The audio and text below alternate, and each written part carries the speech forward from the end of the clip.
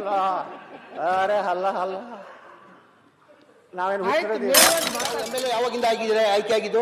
ಹೋದ್ ಸತಿನೂ MLA ಆಗಿದ್ರಿ.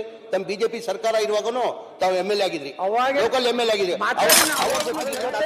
ಒಂದೇ ನಿಮಿಷ ಒಂದೇ ನಿಮಿಷ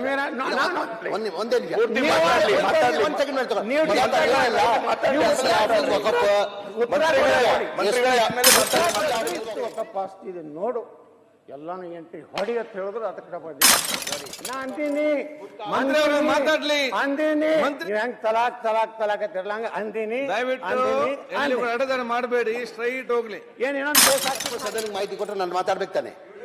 ಅರೆ ವಿಡಿಯೋ ನಮ್ಮ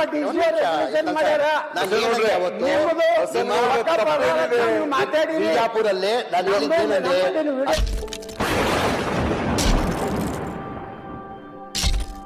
ನಮ್ಮ ವಿಜಯಪುರದಲ್ಲಿ ಪೊಲೀಸ್ ಹೆಡ್ ಕ್ವಾರ್ಟರ್ ವಕಫು,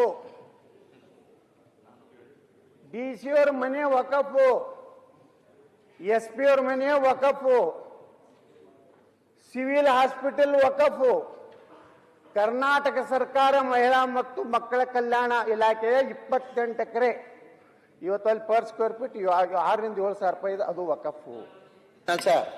ಅದ್ರ ಜೊತೆಗೆ ಒಂದೇ ನಿಮಿಷ ಒಂದೇ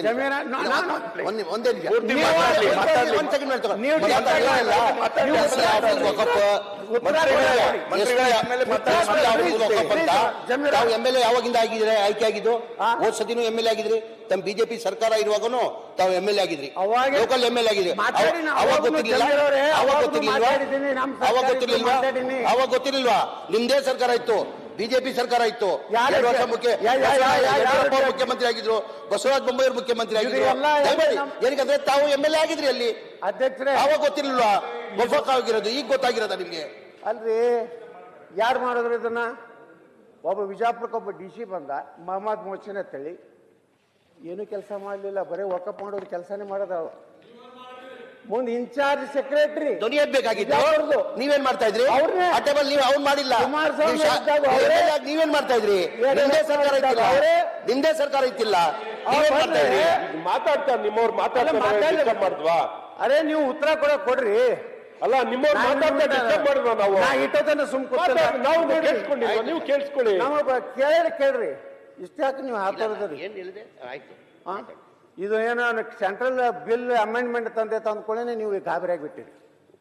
ಅದಕ್ಕೆ ಬಿದರ್ಸೆ ಜಾಂಗೆ ಅಲ್ಲ ಅಲ್ಲ ಅಲ್ಲ ಅಲ್ಲ ಅರೆ ಅಲ್ಲ ಅಲ್ಲ ನಾವೇನು ಮಾತಾಡ್ರಿ, ಅದನ್ನೇ ಹೇಳಕತ್ತೀನಿ. ಅವರು ಇವತ್ತ ಮಾನ್ಯ ಮುಖ್ಯಮಂತ್ರಿಗಳ ನಿರ್ದೇಶನದಂತೆ ನಾನು ರಾಜ್ಯದಲ್ಲಿ ಜಮೀರ್ ಯು ಗೋ, ಹೋಗು, ರಾಜ್ಯದಲ್ಲಿ ಎಷ್ಟು ವಕಫ್ ಆಸ್ತಿ ಇದೆ ನೋಡು, ಎಲ್ಲಾನು ಎಂಟ್ರಿ ಹೊಡಿ ಅಂತ ಹೇಳಿದ್ರು ಅದಕ್ಕೆ ಬಂದಿನ ಅಂತ ಹೇಳಿ. ನೋಡಿ, ನೀ ತಪ್ಪು ಸದನ ಮಾಹಿತಿ ಕೊಟ್ಟರೆ ನಾನು ಮಾತಾಡ್ಬೇಕು ತಾನೆ.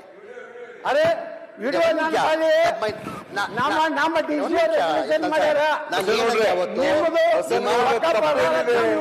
ಬಿಜಾಪುರಲ್ಲೇ ನಾನು ಹೇಳಿದ್ದೇನೆಂದ್ರೆ ಅಧಿಕಾರಿಗಳು ಸಭೆಯಲ್ಲಿ ಮಾನ್ಯ ಮುಖ್ಯಮಂತ್ರಿಗಳು ರಿವ್ಯೂ ಮೀಟಿಂಗ್ ಮಾಡಿದ್ರು. ಒಗ್ಬೋರ್ಡ್ ಇಷ್ಟೆಲ್ಲ ಆಸ್ತಿಗಳು ಎನ್ಕರೇಜ್ಮೆಂಟ್ ಆಗಿದೆ, ಆ ಎನ್ಕರೇಜ್ಮೆಂಟ್ ತೆಗಿ ಅಂತ ಹೇಳಿದ್ದಾರೆ ಅಂತ ಹೇಳಿದ್ದೀನಿ ನಾನು. ಹೋಗು, ಮಾಡು, ಆಯ್ತು. ಮಂತ್ರಿ ಅವರು ಮಾತಾಡ್ಲಿ, ಫಿನಿಶ್ ಮಾಡ್ಲಿ. ಬಿಜಾಪುರ ಸಿಟಿ ಸರ್ವೆ ನಂಬರ್ ಸರ್ಕಾರಿ ಆಸ್ತಿ 2070.24 ಚದರ ಮೀಟರ್ ವಕಫ್, ಜಿಲ್ಲಾ ಆಸ್ಪತ್ರೆ ವಕಫ್, ಮನುಗುಳಿ ಅಗಿಸಿಬಲ್ಲಿ ಆದಿಲ್ ಶಾನ್ಗಿಂತ ಮುಂಚೆ ಹಿಡಿದು ಅಲ್ಲಿ ದಲಿತರು ವಾಸ ಮಾಡ್ತಾರೆ ಅಧ್ಯಕ್ಷರೇ. ಸುಮಾರು 16 ಎಕರೆ ಎಲ್ಲಿ ಮನುಗುಳಿ ಅಗಿಸಿಬಲ್ಲಿ ಸರ್ವೆ ನಂಬರ್ 605ರಲ್ಲಿ ದಲಿತರು ಸಾವಿರಾರು ವರ್ಷಗಳಿಂದ ಅಲ್ಲಿ ಮನೆ ಮಾಡ್ಕೊಂಡಿದ್ದಾರೆ ಅಧ್ಯಕ್ಷರೇ. ಇವತ್ತು ವಕಫ್, ಇವತ್ತು ನಾವು ಸ್ಲಮ್ ಬೋರ್ಡ್ನಿಂದ ಅಲ್ಲಿ ಮನೆ ಕಟ್ಲಿಕ್ಕೆ ಹೋದರೆ ನಿಮ್ಗೆ ಮನೆ ಕಟ್ಲಿಕ್ಕೆ ಬರೋದಿಲ್ಲ. ವಕಫ್ 1600 ಎಕರೆದೊಳಗೆ 60% ಮುಸ್ಲಿಮರದು ವಕಫ್ ಆಗಿದೆ. ಇಲ್ಲಿ ಅದಾರ, ಇಲ್ಲಿ ನಮ್ಮ ಉಸ್ತುವಾರಿ ಮಾತ್ರ ಆಗೈತಲ್ರಿ. ಪಾಪ ಅವರು ಮುಸ್ಲಿಮರು ಬಂದಿದ್ರು ನಮ್ಮ ಸಭೆಗೆ, 900 ಎಕರೆ ಬಂದಿದ್ರು.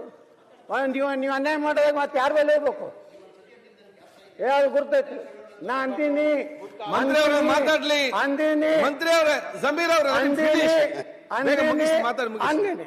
ನೀವು ಹೆಂಗ್ ತಲಾಕ್ ಅಂತಿರಲ್ಲ ಹಂಗ ಅಂದಿನಿ ದಯವಿಟ್ಟು ಅಂದಿನಿ, ಎಲ್ಲಿ ಅಂದಿನಿ. ಕೂಡ ಅಡೆದಾನ ಮಾಡಬೇಡಿ, ಸ್ಟ್ರೈಟ್ ಹೋಗ್ಲಿ. ಏನ್ ಇನ್ನೊಂದು ಕೇಸ್ ಆಗ್ತದೆ ಹಾಕ್ರಿ. ಇನ್ನೊಂದು ಬಹಳ ದೊಡ್ಡ ಹೊಸದು ಇದು ಏನು ಜಮೀರ್ ಸಾಹೇಬ್ರೆ ನಿಮ್ಗೆ ಗೊತ್ತೈತಿ ಇಲ್ಲೋ ಗೊತ್ತಿಲ್ಲ. ನಮ್ಮ ಜಿಲ್ಲೆಯಲ್ಲಿ ಹೊನ್ವಾಡ ಅನ್ನೋಂಥ ಗ್ರಾಮ MB ಪಾಟೀಲ್ ಕ್ಷೇತ್ರದಲ್ಲಿ ಪಾಪ ಇವರು ನಮ್ಮ ಕೃಷ್ಣ ಬೈರೇಗೌಡರು ಅವ್ರು ಕೂಡಿ ಏನೋ ಪ್ರೆಸ್ ಮೀಟ್ ಮಾಡಿ ಏನೇನೋ ಮಾಡೋದು. ಓಕೆ, ಯಟ್ ಟು ಬಿ ವಕಫ್, ಮುಂದೆ ವಕಫ್ ಆಗುವಂಥ ಪಾಸಿಬಿಲಿಟಿ ಇದೆ, ಅದೊಂದು ಲಿಸ್ಟ್ ಮಾಡಿದ್ದಾರೆ ನಿಮ್ಮ ವಕಫ್ ಬೋರ್ಡ್ನವ್ರು. ಅಂದ್ರೆ ಯಟ್ ಟು ಅದ ಬರ್ದಾರೆ. ನಾನು ನಿಮಗೆ ದಾಖಲೆ ಕೊಟ್ಟು ಕಳಿಸ್ತೀನಿ. ನಾನು 5 ಸಲ ಪ್ರಧಾನಮಂತ್ರಿಗಳಿಗೆ ಪತ್ರ ಬರೆದಿದ್ದೀನಿ. ಈ ವಕಫ್ ಆಕ್ಟ್ ಪೂರ್ತಿ ಸಂಪೂರ್ಣವಾಗಿ ಹೋಗ್ಬೇಕು. ಇದು ಇದ್ರೆ ಇಡೀ ದೇಶದಲ್ಲೇ ಇನ್ನೂ 3 ಪಾಕಿಸ್ತಾನ ಆಗಟ್ಟೂರು ವಕಫ್ ಪತ್ರ ಆಸ್ತಿ ಮಾಡ್ತಾ ಇದ್ರು. ನೋಡ್ರಿ ಜೈನಾನಂದ ಚೌಬಿ ಅವರು ಆಯ್ತು, ಮುಂದೆ ಹೋಗಿ. ಅವಾಗ ವಿಶೇಷ ಜಿಲ್ಲಾಧಿಕಾರಿ ಸಂಗಪ್ಪನವರು ಕೂಡ ಚರ್ಚೆ ಮಾಡಿ ಪಾಕಿಸ್ತಾನ ಮೇಲೆ ಪ್ರೀತಿ ಜಾಸ್ತಿ. ಇಂಡಿ ತಾಲೂಕಿನ ಕೆನ್ನಳ್ಳಿ ಎಲ್ಲ ಆಸ್ತಿಯನ್ನ ವಕಫತ್ ಮಾಡಿದ್ರು. ಅವತ್ತು ಅಬ್ದುಲ್ ನಜೀರ್ ಸಾಹೇಬ್ರು ಬರದೇ ಇದ್ರೆ ಅದು ಎಲ್ಲ ವಕಫ್ ಆಗಿ ಹೋಗ್ತಿತ್ತು. ಅಲ್ಲೆಲ್ಲ ಮುಸ್ಲಿಮರು ನಿರ್ಗತಿಕರಾಗ್ತದೆ. ಈಗ ಅದೇ ಆಸ್ತಿ ಮೊನ್ನೆ ಮತ್ತೆ ಅಲ್ಲಿ ಅಸಿಸ್ಟೆಂಟ್ ಕಮಿಷನರ್ ತಹಸೀಲ್ದಾರ್ ಮತ್ತೆ ವಕಫತ್ ಮಾಡಿಬಿಟ್ಟಿದ್ರು. ಈ ಗಲಾಟೆ ಏನು ನಡೀತಲ್ಲ ಜಮೀರ್ ಸಾಹೇಬ್ರೆ, ನಾನು ಫೋನ್ ಮಾಡಿದೆ ಅವರಿಗೆ, ಏನು ನಡೆಸಿದ್ರು ನೀವು? ಮೊದಲೊಮ್ಮೆ ತೆಗೆದ್ರಿ? ಇಲ್ಲ ಸರ್, ನಿನ್ನೆ ರಾತ್ರಿ ಹಾಕಿದ್ದೀವಿ, ಈಗ ಬೆಳಿಗ್ಗೆ 6 ಗಂಟೆಗೆ ತೆಗೆದಿವಿ ಸರ್. ಅಂದ್ರೆ ಇದು ಏನ್ರಿ ಅದು ಹೆಂಗ ಹಾಕ್ತಾರ ತೆಗಿತಾರ ಹಾಕ್ತಾರ ಆಯ್ತು, ಮುಂದಕ್ಕೆ ಹೋಗ್ಲಿ. ಅಂದ್ರೆ ಹೆಂಗ್ರಿ ಅದು? ಜಮೀರ್ ಅವ್ರೆ, ಅದು ವಫ್ ಆಸ್ತಿ ಇತ್ತು.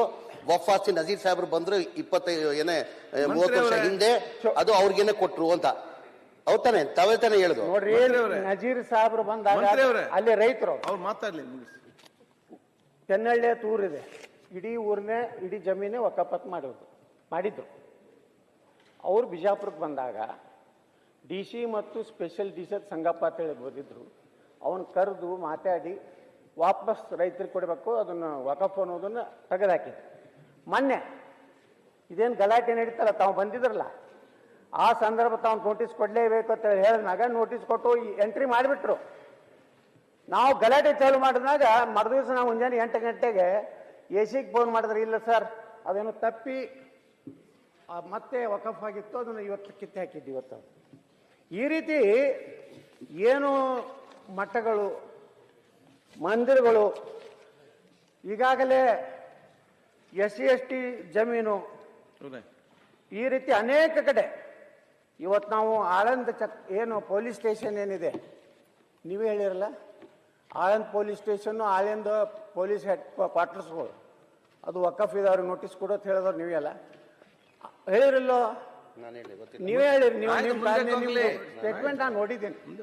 ಅದಕ್ಕೆ ಅಧ್ಯಕ್ಷರೇ, ಇವತ್ತು ನಾವು ಹೇಳೋದೇನೆಂದ್ರೆ ಇದಕ್ಕೆ ಶಾಶ್ವತ ಪರಿಹಾರ ಆಗ್ಬೇಕು.